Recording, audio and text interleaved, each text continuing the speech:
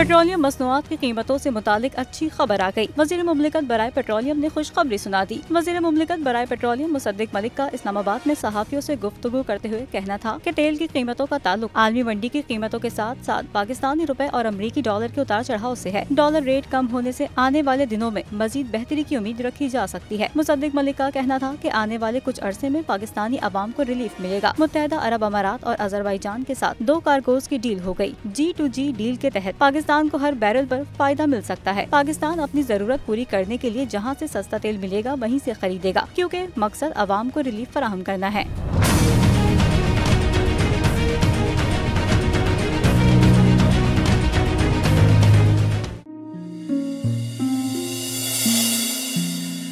अपना घर यूं मईशत का पहिया भी घूमेगा, मजदूर भी सर उठा के जिएगा।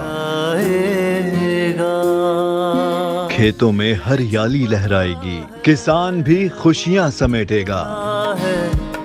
वक्त गुजर उम्मीद के चिराग जलते रहेंगे, महंगाई से भी जान छूटेगी। फैसले की घड़ी पाकिस्तान जीता है और पाकिस्तान ही जीतेगा। बोल बनेगा अवामी मसाइल की आवाज। पड़ेंगे कठिन फैसले, बात होगी मसाइल की लेकिन हल के साथ। देखिए खुसूसी नशरियात मिशन मईशत बुध के रोज 1 बजे सिर्फ बोल न्यूज पर।